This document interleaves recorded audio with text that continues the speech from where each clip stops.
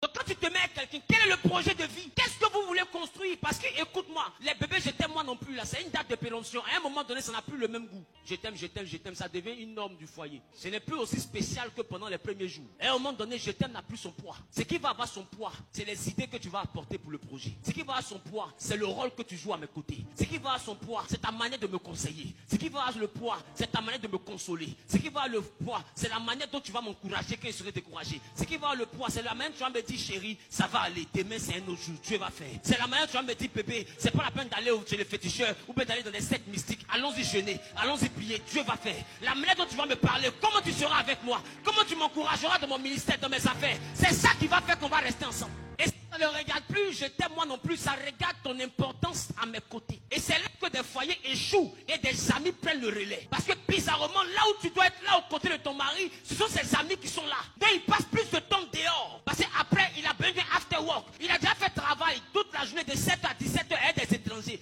Il finit encore à 17h, ils s'assoient encore avec des amis jusqu'à 22h. Pourquoi? Parce qu'à la maison, on ne va rien lui dire. À la maison, ça ne l'intéresse pas. Ce qui intéresse, c'est qu'à la maison, là, ma pommade est finie, gaz est fini. Donc quand il arrive à la maison, il a l'impression qu'il est retourné au travail. Non, l'enfant là a avalé moitié. Ta fille, elle a avalé compas. L'autre là, elle est tombée dans la GN. Aïe, GN, comme on dit, c'est l'enfer. Non, c'est pas l'enfer, c'était bougie. Aïe.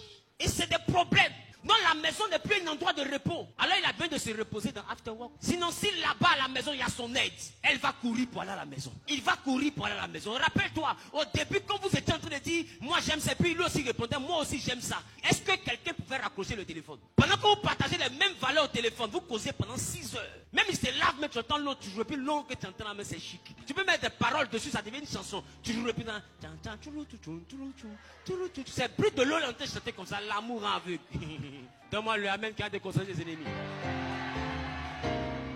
Mais à un moment donné, ça n'a plus sa valeur. Pourquoi? Parce que quand on finit les je t'aime, les réalités du combat de vie reprennent. Et quand les réalités du combat de vie reprennent, il y a des je t'aime qui n'ont plus de sens. Mais à un moment donné, quand tu es utile dans le programme de vie, quand il te regarde et puis te dit je t'aime, c'est parce qu'il sait que tu l'as dépanné. Quand il te dit je t'aime, c'est parce qu'il sait que ce que tu as fait pour lui, aucun ami ne peut faire. Ce que tu as fait pour elle, aucun parent ne peut faire. Donc son je t'aime n'est plus une affaire de faussette.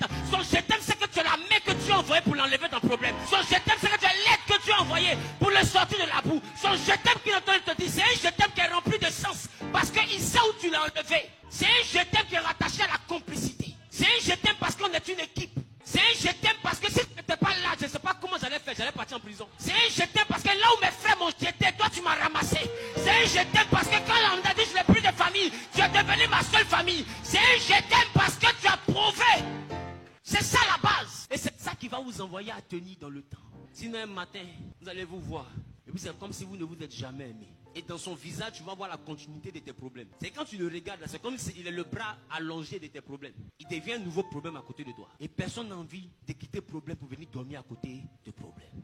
C'est pourquoi quand tu vas quitter ici, ton fiancé, ou bien même ton mari, il faut le faire sans dire chérie, quel est notre projet de vie? Ou bien je sais qu'à un moment donné, je t'ai laissé te battre seul. Mais maintenant, je veux aller avec toi. Je veux t'aider. Écoute-moi bien. Il y a des foyers où tellement ils n'ont même pas de valeur commune. La femme ne sait pas ce que le mari touche. Le mari ne sait pas ce que la femme touche. Et puis ils dorment ensemble. C'est quoi ça? C'est la cohabitation, c'est pas le mariage. C'est-à-dire que même bulletin de salaire ne traîne pas dans la maison. C'est quoi ça? Il touche combien? Je ne sais pas où. Elle touche combien? Je ne sais pas où. C'est qui? C'est mon mari. Mais sa soeur sait il touche combien. Son ami sait il touche combien. Mais toi tu ne sais pas il touche combien. C'est que tu n'es pas sa femme. Tu es son ennemi au fait. Et il a peur de toi. Il te craint.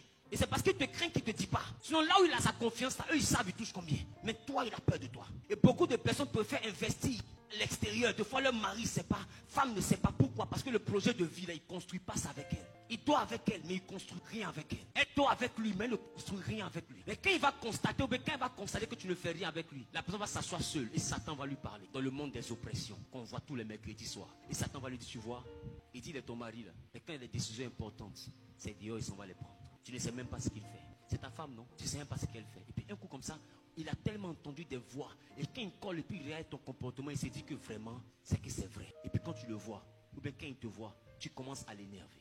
Et tu ne comprends pas pourquoi tes palabres inutiles commencent à rentrer. En réalité, c'est parce qu'il te sent inutile dans sa vie. Si tu t'es utile, ou bien si tu te rendais utile.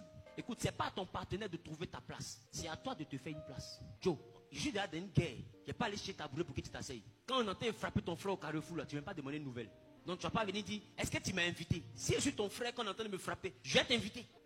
Des fois, tu entends courir, même puis tu enlèves ta chaussure, tu dis, ah, parce que Si je n'ai pas vite arrivé là, on peut tuer mon frère. Et c'est la même manière.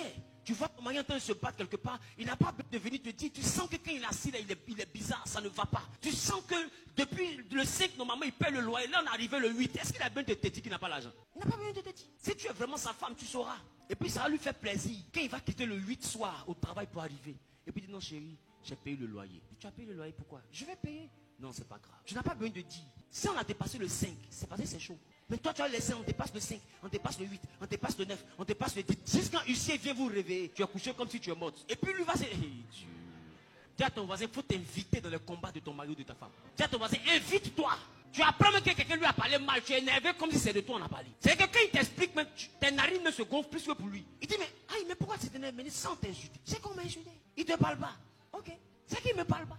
J'ai pas besoin que tu m'invites dans ton combat. Je m'invite dans ton combat. Ton ami est mon ami et ton ennemi est mon ennemi parce que nous sommes une même chair. Celui qui ne te reçoit pas ne peut pas me recevoir. Celui qui ne te parle pas ne peut pas me parler. Celui qui ne te salue pas ne peut pas me saluer. Mais il y a des personnes, on ne salue pas ta femme, toi tu salues la personne. C'est quoi Judas même? C'est quel comportement ça? Quelqu'un ne supporte pas ton mari, toi tu le supportes. Non, on n'est pas obligé. Sorti, il va te dégoûter. On est obligé. Sinon, en réalité, qui est obligé de changer tes problèmes? Mais quand tu apprends que ta maman a envoyé le mortier, ton mari court pour aller chercher l'argent pour venir l'opérer. Et si c'est sa mère, est-ce qu'il est obligé? Par rapport à quoi il va partir faire l'opération de ta mère? 9 mois là, c'est son visage qu'ils ont dit. C'est ton visage. Mais comme c'est ta mère, ta souffrance, c'est sa souffrance. Donc il adopte ta mère par amour pour toi. Et tu dois adopter aussi sa vie par amour pour lui. Dis avec moi le projet de vie. Que Dieu vous donne des personnes avec qui vous aurez le même projet de vie au nom de Jésus. Tiens-toi debout, nous allons prier.